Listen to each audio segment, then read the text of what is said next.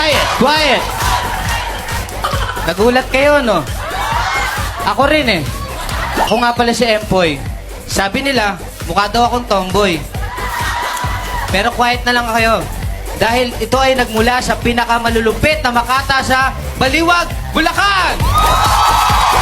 Eto, susubukan natin kung kayo ba, kabisado nyo ang batas. Okay? Si Christine, siya ang magiging traffic enforcer natin. So, ano ang diskarte mo? Kung nakita mo na medyo may lumalabag sa batas trapiko. Okay?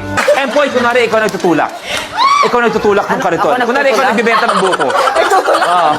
Nagtutulak ka. Coconut for sale! Coconut! Excuse me? Do I know you? Nasagot mo ako? Uy, uy. Officer ako. Ako ba sinasagot mo? Pwede! Ay,